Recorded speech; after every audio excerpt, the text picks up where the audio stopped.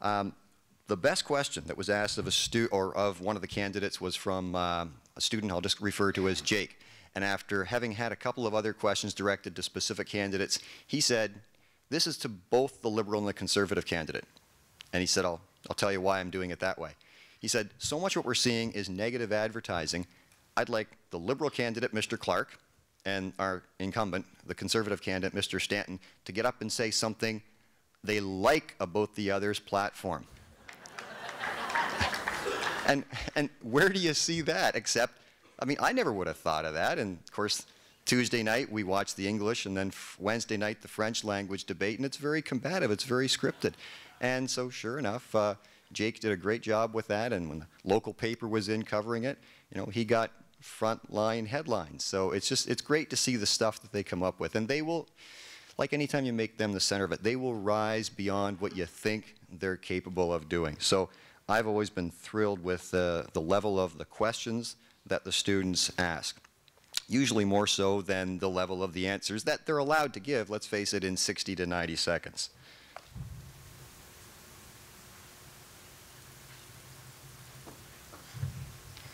We also encourage them to attend other all-candidates forums in the area. You probably have them in your city hall. And the other thing is, since based upon whether you're in a semestered school or not, many of us are semestered, very few students are actually taking civics during the campaign. And so what you want to make sure you do is during your announcements to sort of build up and put together like a serial format, two people discussing and saying, "I'm not going to vote in the election, you're not," and then they sort of, you know, they carry on the conversation. So on Monday, the lesson and the announcements continues from what it was on Friday. So you actually teach them if they're actually listening to the announcements first thing in the morning.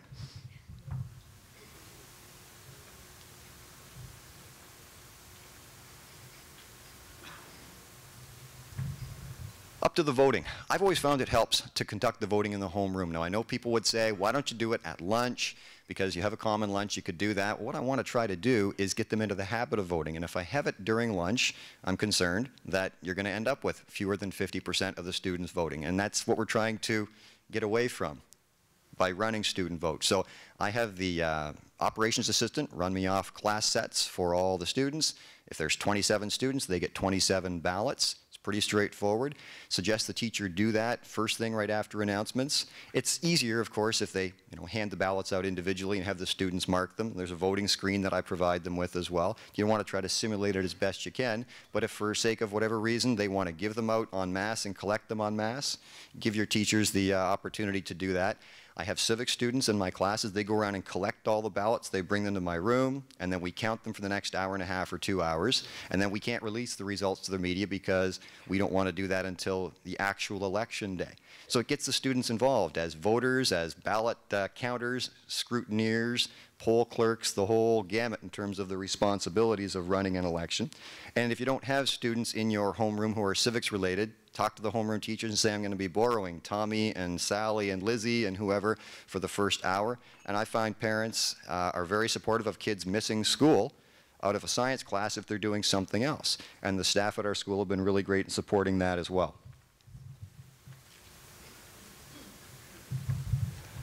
Just about done. Keeping an accurate tally, of course, whether it's done on a screen like this or whether you do it on your blackboard. And like I said, tell them to watch TV coverage too, because hopefully Taylor will get his half hour, as he's been asking for, and promoting student vote on the national or at least the local media. I would like to wrap up just by showing you a couple more pictures from my slideshow and then maybe one of the students' questions. If you have any questions, I'm more than happy to entertain those too. But let me just flip back to the other screen.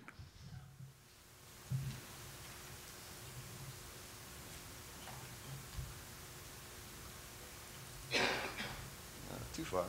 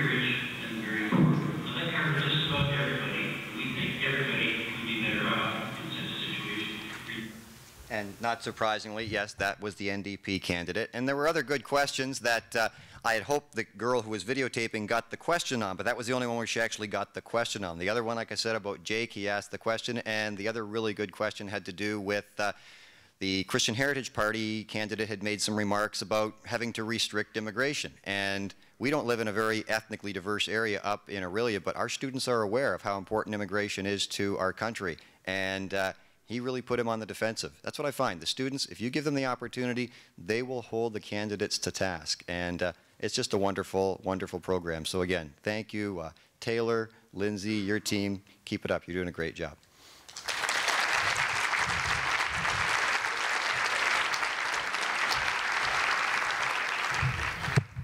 Thanks so much, John.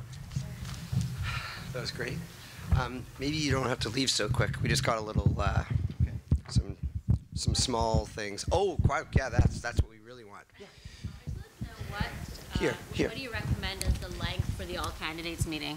Can you do this? Yeah. They can't hear you. Yeah, I just wanted to know what length you'd recommend for the all candidates meeting. Based on having 700 students seated in a gym or cafeteria, for us, an hour works well. Because if you go beyond that, first of all, let's face it, you guys have been sitting here for an hour. You want to go to the washroom, so I'm going to be real quick. You can't maintain their attention either, and that's why most classes are like an hour and a quarter. It'd be great if you had the opportunity to have all morning or all afternoon and give them a break and bring them back, but I haven't been able to get my admin to buy into that. And on top of that, it's the time for the candidates too, because they're so busy. If they can take an hour and a half out of their day, basically to get there a little bit early, stay and answer questions, that's great too. And depending on what your board allows, our board this year has a new APM, which says they don't allow us to distribute campaign material. And in the past, we could always do that as long as we distributed campaign material for all the parties. I mean, nobody's going to come in and say, yes, you can, no, you can't. Our board put the kibosh on that. So I said, all right, can they bring it in and then leave it and pick it up? And they said, well, just as long as we don't know about it. Okay, you don't know about it. But maybe your boards aren't as concerned about backlash. And I don't know, to me, the whole purpose of having students involved, and I've always had civic students, man, the Conservative, the Liberal, the NDP, the Green booth, because let's face it, that makes them active citizens, and that's supposed to be what we're doing, but not everybody board sees it that way, unfortunately. Are you giving equal time to the Marxist-Leninists, the Christian Heritage, the Marijuana Party, all those guys? Anybody who's running in our riding of Simcoe North, I invite. Yeah. Yes? You made a comment about releasing the results. So you don't do it until election day. Sorry, can you go back for that again? It's our understanding that if we release the results from Orillia Park Street Collegiate, there's some people who are concerned about, wait a minute, and it's funny because you see these polls, the Gallup poll, we're going to be hearing from Alan Gregg today, but I think it's our directive, right, Taylor, that we don't want the word getting out. We'd rather have Taylor and the team release the results all at once, as opposed to here's what Orillia said, here's what Alliston said, here's what Moosonee said. Yes? Absolutely not. And that's why I said it's one of those things you take a leap of faith.